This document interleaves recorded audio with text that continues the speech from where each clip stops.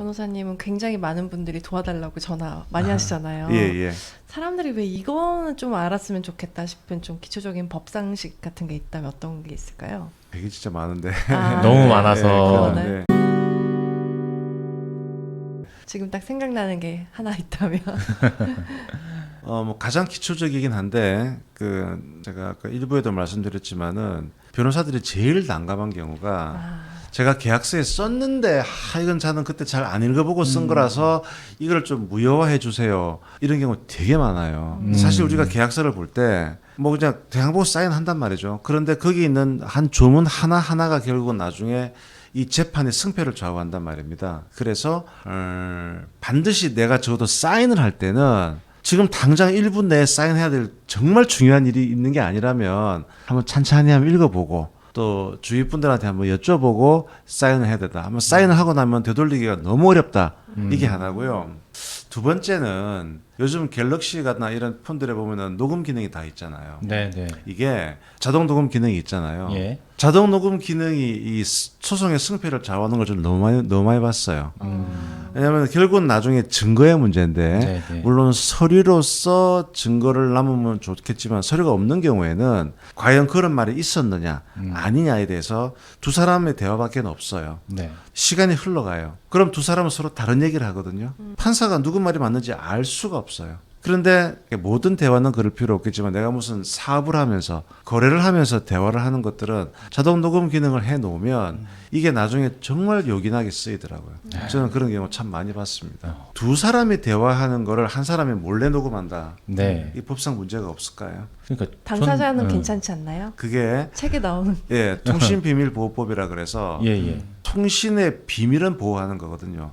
둘이 대화하는 건 둘한테 비밀이 아니잖아요. 네. 이 둘의 대화를 제3자가 몰래 녹음하면 이거는 처벌이 돼요. 예. 둘의 이 대화를 한 사람이 다른 사람 동의 없이 녹음하는 거는 형사법상 처벌이 안 돼요.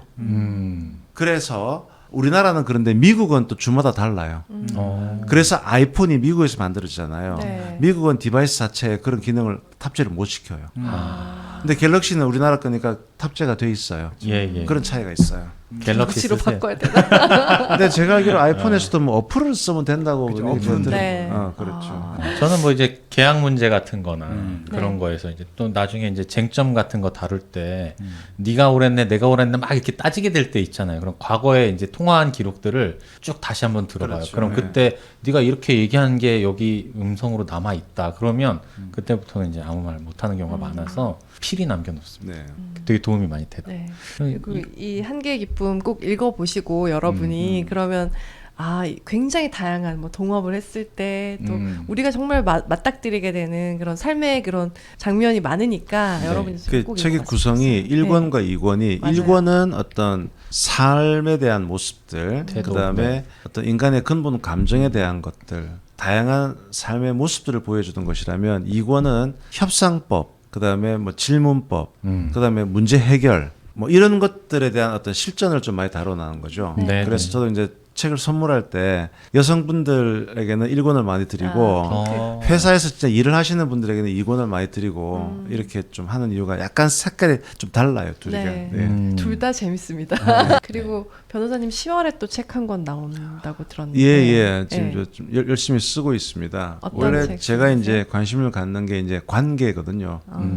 그래서 뭐 관계 매니지먼트 그래가지고 제가 글도 많이 쓰고 그랬는데 좀 브로드한 관계가 아니고 관계의 어떤 특정한 어떤 속성, 그거는 뭐 출판사가 아직 스포일하지 말라고 그러던데 관계의 어떤 특정한 어떤 단면을 포커스를 맞춰가지고 예. 그건 역시 이제 제가 경험했던 많은 사례들을 위주로 해서 또 뭐 고전적인 얘기도 집어넣고 해서 뭔가 관계에 너무 지쳐 있는 사람들에게 뭔가 좀 지침이 될 수 있는 그건 제가 정말 좋아하는 분야이기도 해서 네, 지금 네. 원고가 한 70%좀 되었고 네. 8월 말까지 이제 탈고를 할 계획입니다. 네, 기대됩니다. 예. 그래서 저희 지금 굉장히 재밌게 드라마 보고 있고 그리고 여기에다가 작가님의 책까지 읽으니까 한 개의 기쁨이 1000개의 슬픔을 이긴다. 너무 좀 시너지가 나서 되게 예. 즐거운 여름을 보내고 있습니다. 네.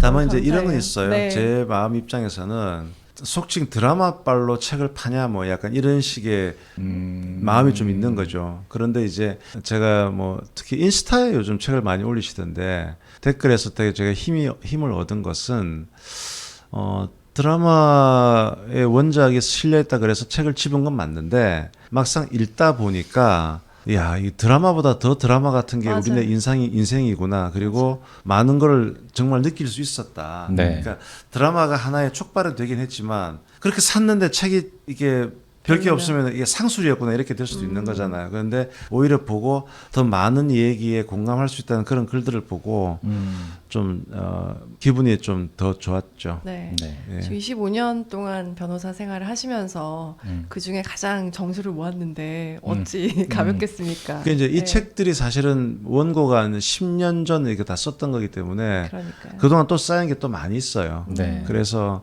결국은 이런 예전에 장강명 작가께서 소설가. 네. 그 얘기를 한 것 같은데 본인이 기자였기 때문에 계속 이렇게 뭔가 일들을 다루었다는 것이 글을 쓰는 힘이 되었다. 네, 네. 왜냐하면 우리가 그냥 살면서 다른 사람의 인생을 이 텔레비를 보는 것 말고는 자주 볼 일이 없잖아요. 그렇죠. 근데 저 같은 경우는 하루에 만약에 회의를 3개를 한다. 상담을. 그러면 저한테 오는 상담의 모습들은 다 인생에서 되게 힘들거나 진짜 민낯을 다 본단 말이죠. 네. 맨날 보는 거예요, 맨날. 그러면서 야, 이런 일이 실제 발생하는구나. 그러면 이제 저는 어느 순간에 이제 그럼 요거를 약간 요렇게 바꿔서 요렇게 얘기를 만들면 사람들한테 인사이트를 줄 수 있겠구나. 그럼 저는 매일매일 컨텐츠가 저한테 오는 거예요. 그래서 제가 변호사업을 하는 한 요거를 드라마형 에세이로 만드는 그 작업은 계속 할 수 있겠구나. 그래서 요거 지금 2권까지 나왔지만 계속 권을 나중에 한 5권, 6권, 7권. 그래서 그걸 쭉 보다 보면 정말 다양한 인생의 어떤 파노라마를 보는 네, 그 속에 지식도 있고 감동도 있고 그게 제가 앞으로 해보고 싶은 일입니다. 야, 되게 좋을 것 같아요. 소재부자. 아니 너무 근데 좋습니다. 이렇게 네. 이렇게 상담하시다 보면 아마 그런 사건들 막 접하시면 스트레스도 많이 받으실 건데 그런 걸 또 이렇게 글로 맞아요. 순화하시면서 이걸 그냥 일로 생각하면 힘든데 정말 쓰면은 진짜 사람들이 보겠는데 뭐 이런 콘텐츠 각인데 막 이러면서 그렇죠. 그런 좀 콘텐츠 각. 스트레스를 좀 푸시는 거 아닌가. 맞아, 네. 맞아. 아무튼 그렇게 돼서 또 탄생한 책이기도 하니까 예. 더 실감 나고 더 드라마틱하고 예. 그런 이야기들이 담기게 된 것 같아요.